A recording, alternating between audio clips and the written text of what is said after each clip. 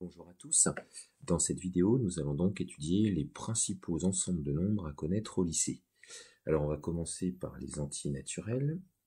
Alors, les entiers naturels, ce sont les entiers positifs. Alors, on commence à 0, 0, 1, 2, etc. Alors, cet ensemble d'entiers naturels se note grand N, donc un N avec une double barre comme ceci. Donc par exemple, pour dire que 47 appartient à grand N, c'est bien un entier naturel, eh bien on va dire 47 appartient, un symbole d'appartenance, à grand N.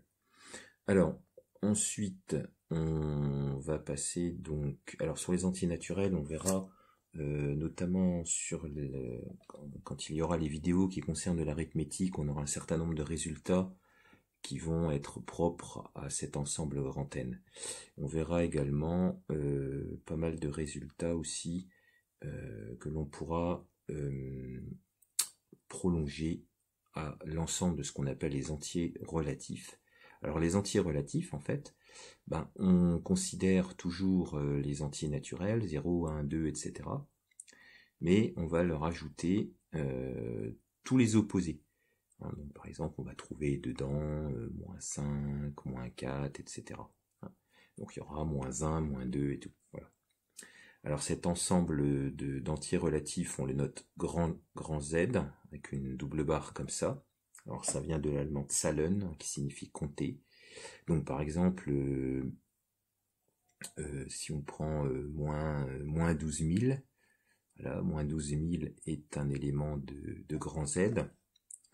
Par contre, moins 12 000 n'est pas un élément de n. Voilà.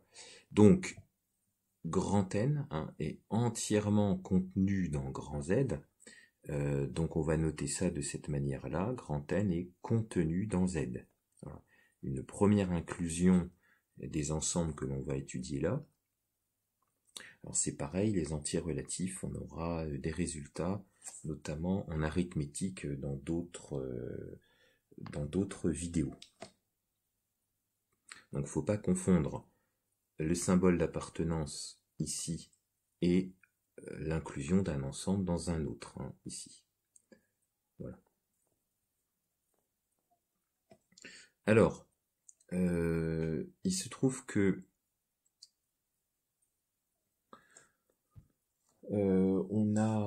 on va définir un troisième ensemble. Ça va être l'ensemble des nombres qui vont s'écrire sous la forme A sur 10 exposant n, où A c'est un entier relatif, et n c'est un entier naturel. Voilà. Alors des nombres comme ça, par exemple, 34,5, on peut dire que c'est 345 divisé par 10. Bon, 345 c'est bien un élément de Z, bon, 10 c'est pareil que 10 exposant 1, et 1 c'est bien un élément de grand N. Donc ceci correspond bien à la définition qu'on vient juste de donner. Et voilà, donc on peut écrire, à chaque fois qu'on peut écrire un nombre sous cette forme, eh bien, on va dire qu'il appartient à l'ensemble des décimaux. Alors, l'ensemble des décimaux, c'est un grand D avec une double barre. Alors, si on réfléchit bien, si on prend par exemple un entier relatif, donc, par exemple moins 48, moins 48, on peut toujours l'écrire comme moins 48 sur 10 exposant 0, puisque 10 exposant 0, c'est égal à 1. Et donc là, on est bien sur une écriture sous la forme A, appartenant à Z, divisé par 10 exposant n, n étant dans grand N. Donc ceci est un élément de D. Autrement dit, à chaque fois que je vais prendre un entier relatif, il sera obligatoirement dans D. Donc on va avoir l'ensemble des entiers relatifs est contenu dans D. Mais préalablement, on avait l'ensemble des entiers naturels était contenu dans Z. Donc on a une chaîne comme ça d'inclusion des ensembles. Donc tout entier naturel est un entier relatif, tout entier relatif est un nombre décimal. Alors, il existe un ensemble encore plus vaste. Alors en effet, si par exemple on prend un tiers, eh bien un tiers n'est pas un nombre décimal. Alors on va faire cette démonstration qui est une démonstration assez classique, qui ne nécessite pas énormément de connaissances en arithmétique. Il faut juste se souvenir du critère de divisibilité par 3. Un nombre entier divisible par 3 si et seulement si, lorsque l'on fait la somme de ces chiffres, on obtient un multiple de 3. Alors, pour démontrer ce résultat, on va faire ce qu'on appelle un raisonnement par l'absurde. Alors, ça permet en même temps d'en parler ici. Alors, un raisonnement par l'absurde, c'est-à-dire que je vais supposer le contraire de ce que je veux démontrer, et je vais montrer que j'aboutis à une contradiction. Alors, donc, on va donc supposer qu'un tiers appartient à D. Donc, ça veut dire s'il appartient à D, je rappelle la définition, hein, être dans D, c'est, ce nombre peut s'écrire sous la forme A sur 10 exposant N avec A un entier relatif. Donc on écrit comme ça. Voilà. Un tiers est égal à A sur 10 exposant N, en sachant que A ne peut pas être égal à 0, puisque sinon le quotient ne ferait pas un tiers. Donc à ce moment-là, je peux passer aux inverses. Donc ça va donner 3 est égal à 10 exposant N sur A, c'est-à-dire 10 exposant N est égal à 3A. A étant un entier relatif. Alors dire que 10 exposant N s'écrit 3A, ça veut dire que 3 est un diviseur de 10 exposant N. Or 10 exposant N, c'est un 1 suivi de N0. On a N fois 0, c'est ça 10 exposant N. Or si on fait la somme de tous les chiffres, la somme des chiffres, ça fera toujours 1, puisqu'on a un seul 1 et des 0. Donc, ce qui veut dire que ce nombre-là ne peut pas être divisible par 3. Donc, ça veut dire que cette égalité ici n'a pas de sens. Donc, c'est que ce qu'on a supposé au départ n'était pas correct. Autrement dit, un tiers n'est pas un nombre décimal. Alors, j'ai un peu raté mon D, là. Voilà, c'est un D. Voilà, comme ça. Donc, ça veut dire qu'il existe un ensemble plus vaste que D. Alors, il s'agit de l'ensemble des rationnels, donc l'ensemble des quotients. Q, donc c'est les nombres qui s'écrivent A sur B, avec A dans Z et B dans N privé de 0. Alors N privé de 0, on le note N étoile. Ça veut dire on prend N et on enlève 0. En effet, parce qu'on ne peut pas diviser par 0 ici. Donc par exemple, là ce coup-ci, un tiers, 1 c'est un élément de N, donc en particulier de Z, puisque N est contenu dans Z, et puis là c'est pareil, c'est un élément de N. Donc un tiers est un élément de Q. Bon, maintenant quand on prend un nombre décimal, donc c'est-à-dire par exemple 47,3, il peut s'écrire 473 sur 10, c'est ce qu'on a vu, c'est la définition des nombres d'un nombre décimal, mais ça, si on regarde bien, ça c'est un élément de Z et ça c'est un élément de N. Donc finalement, l'ensemble est bien un élément de Q. Donc à chaque fois que je prends un élément de D, il est obligatoirement dans l'ensemble des rationnels, ce qui veut dire que D est contenu dans Q. Mais on avait déjà N qui était contenu dans Z, qui était contenu dans D et qui maintenant est contenu dans Q. Donc voilà une succession d'inclusions.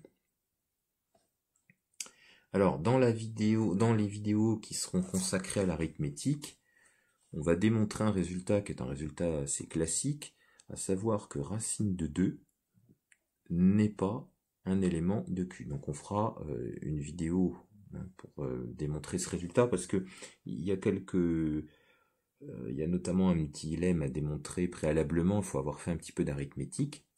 En tout cas, ça, c'est quand même quelque chose qui avait semé le trouble, notamment chez les pythagoriciens, hein, durant l'Antiquité, parce que racine de 2, c'est un nombre qu'on trouve, j'allais dire, très naturellement. Hein. Si on prend un carré de côté 1, eh bien, la diagonale, ici, mesure racine de 2. Donc, c'est un nombre qu'on trouve assez facilement. Eh bien, ce nombre ne peut pas s'écrire comme un quotient d'entier. Donc, il n'est pas, c'est ce qu'on appellera un nombre irrationnel. Alors, à ce moment-là, donc, on va parler d'un dernier ensemble ici qu'il faut connaître. Tout simplement, tous les nombres, on peut les placer sur la droite réelle, on se donne une unité, et puis à chaque fois qu'on place un point, il a une abscisse qui est un nombre réel. Donc par exemple, ici on aurait à peu près 2, donc par exemple racine de 2, on peut placer ici. On peut placer, bon bien sûr, les entiers relatifs, -1, -2, etc. Mais on peut placer aussi moins 0,5, moins 0,33, etc. Donc en fait, ça c'est ce qu'on appelle, enfin tout l'ensemble de toutes les abscisses possibles des points de cette droite, on appelle ça l'ensemble des réels. Alors R avec une double barre. Alors l'ensemble des réels, il a énormément de propriétés, hein, ça s'étudie d'ailleurs même après le lycée, mais là c'est pas l'objectif de la vidéo d'aujourd'hui. Simplement ce qu'on veut dire, c'est que là maintenant on se retrouve avec une chaîne d'inclusion comme ceci. Donc les entiers naturels sont contenus dans les entiers relatifs, qui sont contenus dans les décimaux, qui sont contenus dans les rationnels et qui sont contenus dans R. Voilà, en gros, les ensembles qu'il va falloir connaître, en sachant qu'après R, il y a d'autres ensembles qui seront étudiés plus tard, notamment en mathématiques expertes en terminale, le corps des nombres complexes. Bon, il existe aussi les quaternions d'Hamilton, les octonions, etc. Mais enfin, en tout cas, là, avec ça, on peut faire nos études au niveau du lycée. Alors, il y a quelques notations particulières qu'il faut connaître. On a déjà vu tout à l'heure n étoiles. Donc, par exemple, on peut avoir aussi r étoile plus. Donc, r étoile plus, c'est les nombres réels qui sont strictement positifs. Hein. Pourquoi strictement positifs? Parce que étoile, alors plus, on prend que les positifs, et étoile, on enlève 0. Voilà. Bon, ce qui pourrait se noter sous forme d'intervalle, 0 ouvert plus l'infini. Hein. Donc, c'est une autre manière de noter les choses. On peut, par exemple, donc ce qu'on rencontre souvent, c'est n étoiles. Hein. N étoiles, par exemple, on verra en première quand on travaillera sur les suites.